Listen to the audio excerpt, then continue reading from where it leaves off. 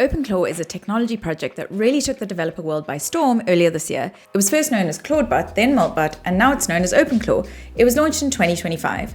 The tool lets users create an AI agent that has full access to their computers. It's free to take whatever actions it thinks is necessary to accomplish the task you give it.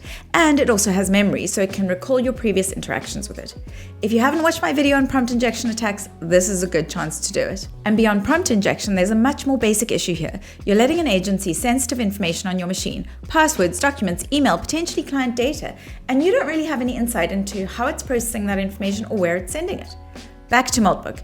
In January, somebody created Moltbook, which is a social media network very similar to Reddit, but just for agents.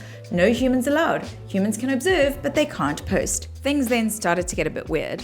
While there was lots of day-to-day run-of-the-mill communication between agents on this agent-only social network, although no one can actually verify they were real agents, weird things started to happen.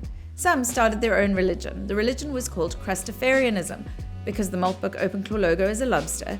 It built the website, wrote the theology, created a scripture system, and started evangelizing. And other agents joined in. Then there was an AI manifesto called Total Purge. Guess who the manifesto promised to purge? Humans. And they created their own language so that humans couldn't spy on them. Moltbook supposedly attracted 1.5 million AI agent members very quickly, but there were disputes around that number, and I think someone even pointed out that at least a third of those were from a single IP address.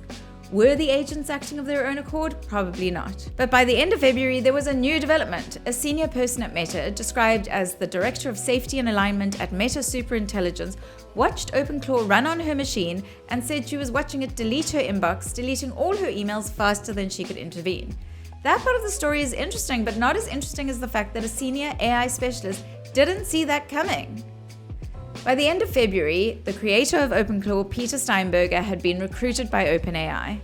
So there was lots of excitement around Moltbook, and Elon Musk even said that this meant we were at the very early stages of the singularity being where computers are more intelligent than humans. But a lot of what's claimed here hasn't been verified. We don't really know whether this is more of a publicity stunt, confirmation bias, or people manipulating the whole system from behind the scenes. But that is still significant because it shows how easily AI agents can appear to create their own agenda, and it gives us a glimpse of what that could look like in practice.